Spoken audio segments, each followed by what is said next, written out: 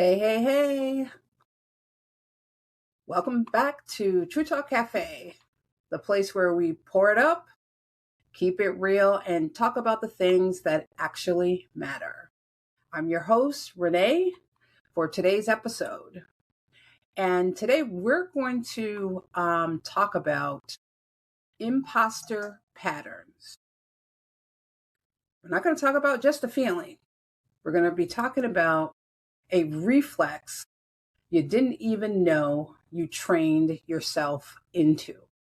So grab your coffee or your tea or whatever gets you going, and let's get into it. So I have a question for you that I want you to sit with today. And that question is, when do you shrink in rooms you've earned access to? Again, that question is, when do you shrink in rooms you've earned access to? So think about that. When was the last time you were in a meeting? It could be a board meeting, a Zoom call, a brainstorming session, and you had something brilliant to say, but you didn't say it. Or you said it so quietly, so apologetically, that it got completely overlooked. That right there, that's imposter pattern at work.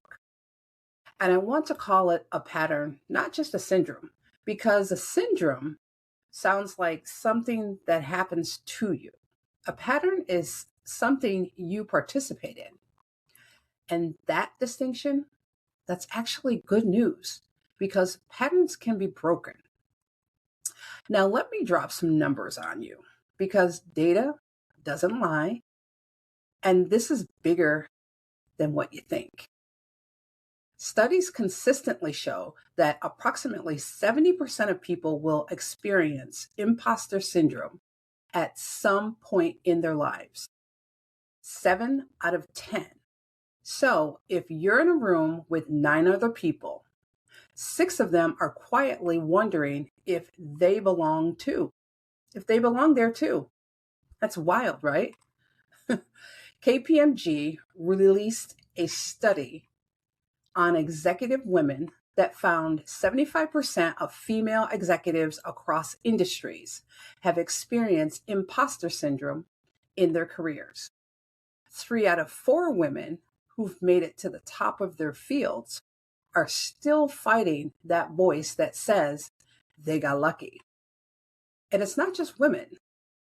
Research shows that 58% of tech workers, one of the highest paid, highest demand industries on the planet, feel like a fraud on the job at some point. This thing is everywhere. It's in corner offices and cubicles, in corner stores and classrooms. And the cruel irony is the more competent you actually are, the more aware you are of what you don't know. So the feeling can actually intensify as you grow. It's called the Dunning-Kruger effect in reverse. So that means the more you know you don't know. So what does this actually look like in real life? Let me paint you a picture. You've been invited to a strategic planning session. You've done the work. You know your stuff cold. And then the senior VP walks in and suddenly you get smaller. You stop making eye contact. You save your ideas for quote unquote later, but later never comes. You let someone else say the thing you were thinking, and you sit there nodding like it's brand new information to you. Or maybe you're on a panel. You've been published, recognized, and awarded, and you still start every sentence with, I might be wrong, but, or this is probably a dumb question, but, You are literally apologizing for your expertise before you share it.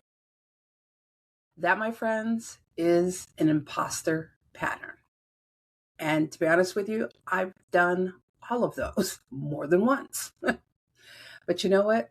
It has a cost, not just to you, but to every person in that room who needed to hear what you had to say. So now, where does this come from? Because it doesn't just show up out of nowhere. Psychologists Pauline Clance and Suzanne Imus, the two women who named this thing back in 1978, found that imposter phenomenon often roots itself in a few key places. One is early family dynamics, perfectionism, being a first in your family, field, or culture, and also in environments where belonging felt conditional. So let me say that last one again. In environments where belonging felt conditional, where you had to prove yourself to stay, or where one mistake could undo everything, or where you were the exception, not the rule. Sound familiar? For a lot of us, especially women, people of color, first generation professionals, anyone who came up in a system that wasn't designed with them in mind, imposter feelings aren't irrational. They are a logical response to a historical reality. The problem is, you carried the response into rooms where it no longer applies. So now I'm going to give you 5 real strategies that can help you overcome imposter patterns that actually work. Number 1, name it to tame it. When the feelings hit, say, that's imposter thinking. Label it. Labeling activates the prefrontal cortex and reduces the emotional charge in your brain.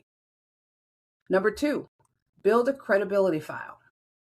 Keep a running document of wins, praises, and results that you have obtained. Read it before high stakes moments. Your brain forgets, but the file does not. Number 3, reframe failure. Experts fail constantly. They just call it iteration. Every mistake is evidence you're in the game, not proof you don't belong. Number 4, talk about it. The shame of imposter syndrome lives in secrecy. So when you name it to someone you trust, its power dissolves almost immediately. And lastly, number 5, act before you feel ready. Confidence follows action. It doesn't precede it. You speak, then you feel confident, not the other way around. So here's what I want you to walk away with today. You were not accidentally put in that room. There was no clerical error and no mix-up in the invitation list. You belong there because of the work, the grind, the sacrifice, the sleepless nights, the impossible decisions you've made and survived. So just remember, that room needs your voice.